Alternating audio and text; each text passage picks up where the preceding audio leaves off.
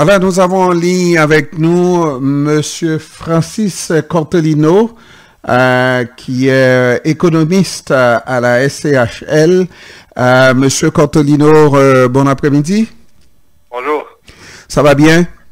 Très bien, vous? Oui, très bien. Alors, Monsieur Cortolino, on semble voir une tendance relativement peut-être à la présence de la COVID que nous vivons. L'année 2020 a donc accéléré la migration immobilière des Montréalais vers les banlieues. Et là même, on parle des banlieues et au-delà des banlieues, selon ce rapport de la Société canadienne d'hypothèques et de logement.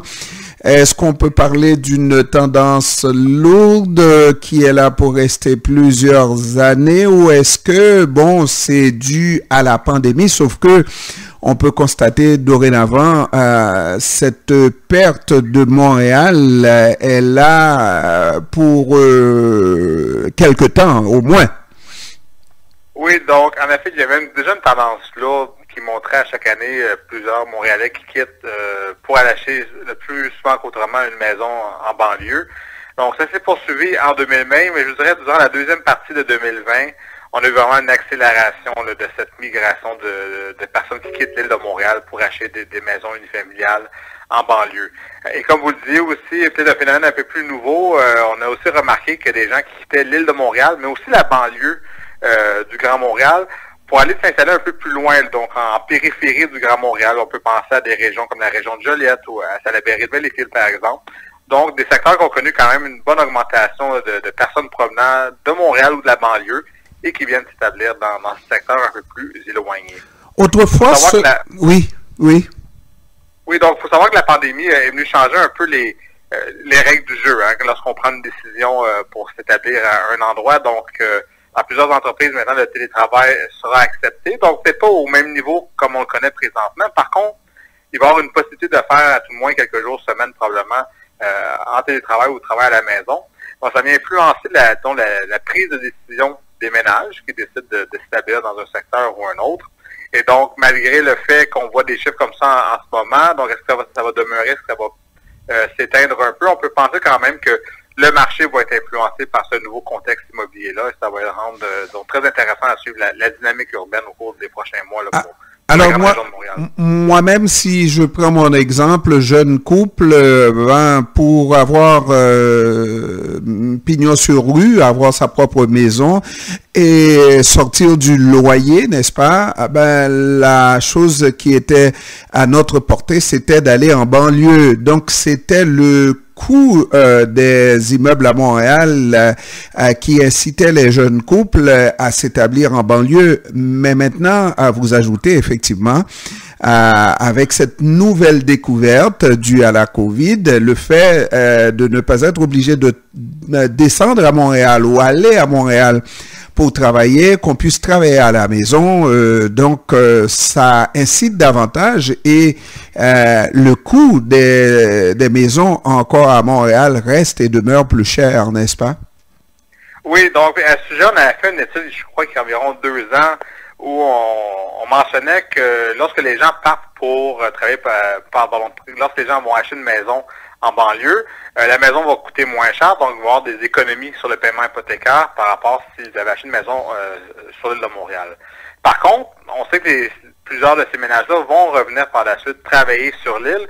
Et donc, dans cette étude-là, on avait regardé, si on tient compte des coûts de transport et du temps de transport des personnes qui ont acheté en banlieue, mais qui doivent revenir travailler sur l'île de Montréal, est-ce que quand même il y a encore une économie là, à faire sur le paiement hypothécaire de la maison?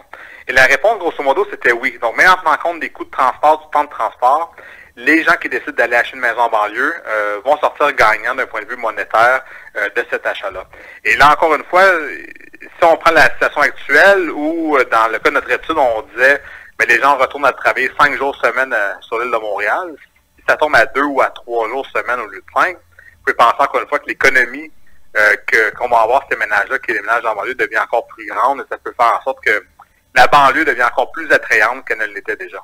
Et une chose qui est certaine, c'est que le coût des loyers va devoir connaître, le coût des loyers, mais des maisons à Montréal doit devoir connaître une diminution parce qu'il va y avoir moins de demandes et donc avec plus d'offres, il va sans dire que la logique est là et les maisons vont coûter un peu moins cher à Montréal, non? Mais en fait, il y a encore une certaine demande, bonne demande qui est présente à Montréal, mais qu'est-ce qui caractérise, je vous dirais, la banlieue et l'île de Montréal? C'est qu'il y a très, très, très peu de propriétés qui sont à vendre sur le marché. Il y a très peu de propriétés qui sont disponibles. Et donc, avec une offre qui est aussi faible, une demande qui est quand même assez soutenue, vous avez la recette parfaite pour avoir des hausses de prix quand même assez fortes. Donc, par exemple, sur l'île de Montréal, on parle d'une croissance du prix médian d'une maison en 2020 de 15 %. C'est un peu plus élevé en banlieue, étant donné qu'ils ont tout cet apport de la demande des gens qui proviennent de Montréal pour la banlieue, mais quand même, on voit sur l'île de Montréal la faible offre, la faible quantité de maisons qui sont disponibles sur le marché présentement fait en sorte que la pression à la hausse sur les prix se maintient. Mais il est question ces jours-ci du centre-ville de Montréal où la mode c'était d'habiter dans des condos au centre-ville de Montréal et ces condos-là se vident à vue d'œil. Donc il va y avoir beaucoup plus d'offres. Peut-être que ces maisons-là, toutes ces maisons ne sont pas encore sur le marché au moment où on se parle, mais il viendra certainement un moment où ces maisons vont se retrouver sur le marché, donc avec beaucoup plus d'offres, non? Mais en fait, si on prend la situation plus des secteurs centraux de Montréal ou le centre-ville, il y a très très peu de maisons dans ces secteurs centraux-là. C'est plus souvent de la propriété, par exemple dans l'arrondissement de Ville-Marie ou dans le cœur de Ville-Marie. Donc par contre, ce qu'on remarque présentement à Ville-Marie, c'est oui, il y a plusieurs condos qui sont mis en vente sur le marché. Le marché du centre-ville de Montréal, c'est un peu plus difficile en ce moment. Vous savez, il y a une clientèle beaucoup plus étudiante pour le centre-ville, clientèle internationale. Ça peut être des étudiants étrangers, des travailleurs temporaires de l'étranger, etc., des investisseurs étrangers. Donc, le marché du centre-ville en ce moment, le nombre de condos qui sont mis en vente augmente, la demande est moins présente. Et s'il y a un secteur, disons, qui dans le Grand Montréal est un peu différent des autres en ce moment, où le marché est beaucoup plus détendu, où on peut voir peut-être même apercevoir des prix qui arrêtent d'augmenter ou même qui pourraient baisser dans les prochains trimestres. C'est plus la situation du centre-ville. Et tout va dépendre un peu du retour à la normale. Quand ce retour-là va arriver, lorsque les frontières vont rouvrir, lorsque les gens vont pouvoir tourner un peu plus au centre-ville pour y habiter, pour y travailler, la situation devrait commencer à se modifier un peu. Mais d'ici là, le marché du centre-ville est un peu différent du reste du Grand Montréal. Est-ce que la situation n'est pas biaisée aussi dû au fait que la plupart des acheteurs nous viennent de l'étranger et la plupart aussi offrent des maisons, des montants exorbitants pour certaines maisons, n'est-ce pas? Et même on parle de payer cash ces maisons-là. Mais, en fait, les données qui ne sont pas parfaites, donc les données restent un peu imprécises, mais si on regarde la situation du condo au centre-ville de Montréal, c'est peut-être un 10-15% des condos achetés qui étaient pour des gens qui étaient non résidents canadiens, donc des gens, on pourrait dire, des investisseurs étrangers. Par contre, le marché du condo au centre-ville, je dirais, il y a beaucoup d'achats aussi qui est fait par des ménages montréalais, québécois, canadiens, qui achètent des condos, non pour y vivre, mais pour les mettre en location. Donc, le marché locatif du condo au centre-ville était très développé. Beaucoup d'étudiants qui peuvent vivre dans ces appartements-là, des jeunes professionnels, des étudiants internationaux, des travailleurs temporaires de l'étranger. Donc, il y avait une bonne demande locative. Par contre, étant donné la situation actuelle, cette demande locative-là d'étudiants ou de personnes venant de l'étranger a fortement baissé. Et donc, c'est une des raisons qui a pu causer que ces investisseurs ont décidé de remettre en vente sur le marché les copropriétés qu'ils avaient. Par contre, encore une fois, la grande partie de celles-ci appartiennent probablement à des ménages locaux, québécois ou canadiens. Il y a une certaine proportion des investisseurs internationaux, mais ça reste plus la minorité dans ce cas-là. Évidemment, j'imagine que l'étude prend en compte le fait que les taux d'intérêt sont très bas. Est-ce qu'on ne peut pas assister tout simplement à une rupture de cette situation, étant donné que, les institutions peuvent décider, et aussi le gouvernement, d'augmenter les taux d'intérêt relativement à une hypothèque. Qu'est-ce que vous en pensez là-dessus? Donc, en fait, en ce moment, les taux hypothécaires sont très faibles et, bon, sans aller trop dans les détails techniques, donc le taux d'intérêt qui est offert sur le marché dépend de plusieurs facteurs du provenance des marchés financiers. Donc, oui, les taux hypothécaires sont faibles, donc ça a été un moteur un peu de la demande immobilière en ce moment dans le Grand Montréal. Il faut aussi savoir qu'avec la pandémie actuelle, le marché du travail a affecté différents groupes de façon très différente. Donc, souvent, les travailleurs dans les salaires un peu plus faibles ont été plus durement affectés, alors que les travailleurs dans des gammes de salaires un peu plus élevés ont été moins affectés par la pandémie. Et en plus, ces travailleurs-là, souvent, ont réussi à avoir des taux d'épargne très élevés pendant la pandémie parce qu'il n'y avait plus de voyages, plus de restaurants, plus de dépenses discrétionnaires. Donc, des faibles taux d'intérêt, un marché de l'emploi qui reste quand même fort pour ces ménages à plus haut revenu, moins de dépenses discrétionnaires, plus d'épargne. Donc, tout ça mis ensemble, ça fait en sorte, avec les faibles taux hypothécaires, que ça a encouragé la demande sur le marché immobilier.